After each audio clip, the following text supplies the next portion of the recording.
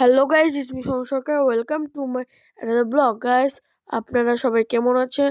আজকের মেনু হলো মুরগি গিলা কলজা দিয়ে খিচুড়ি। আমার মা এখানে চুলায় বসিয়ে দিয়েছে পেঁয়াজ এবং আরও কত ধরনের মশলাপাতি। আপনারা কারা কারা এই খিচুড়ির রেসিপি জানতে চান তারা কমেন্ট করুন এবং আমাকে ইনবক্সে মেসেজ দিন। আর দেখুন আমার মা কি সুন্দরভাবে এখানে খিচুড়ি বানাবে।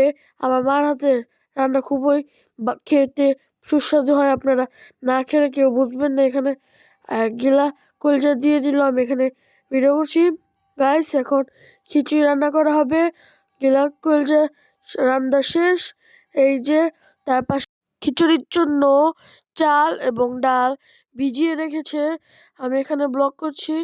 আমার মা খুবই সুস্বাদু করে আবার একটি মশলা ওটা দিয়ে দিল গাইস। আপনারা তো জানেনই আমার শরীরটা খুবই অসুস্থ। আমি আজকে হাসপাতাল থেকে আমার ডাক্তার দেখিয়ে এসেছি। আমার মাথা খুবই ব্যথা করছে এবং আমার মা আমার জন্য খিচুড়ি রান্না করছে। আজকে ওয়েদারটাও খুবই ভালো, এত ঠান্ডা নেই। খিচুড়ি কিছুক্ষণের মধ্যে হয়ে যাবে গাইস। দেখুন এই সুস্বাদু খিচুড়ি এখন হয়ে গেছে। আমার মা একটু পরে আমাদের সবাইকে পরিবেশন করে দেবে। আপনারা সবাই অপেক্ষা করুন গাইস। দেখুন আমার মা এখন আমাকে খিচুড়ি খেতে দিয়ে দিল।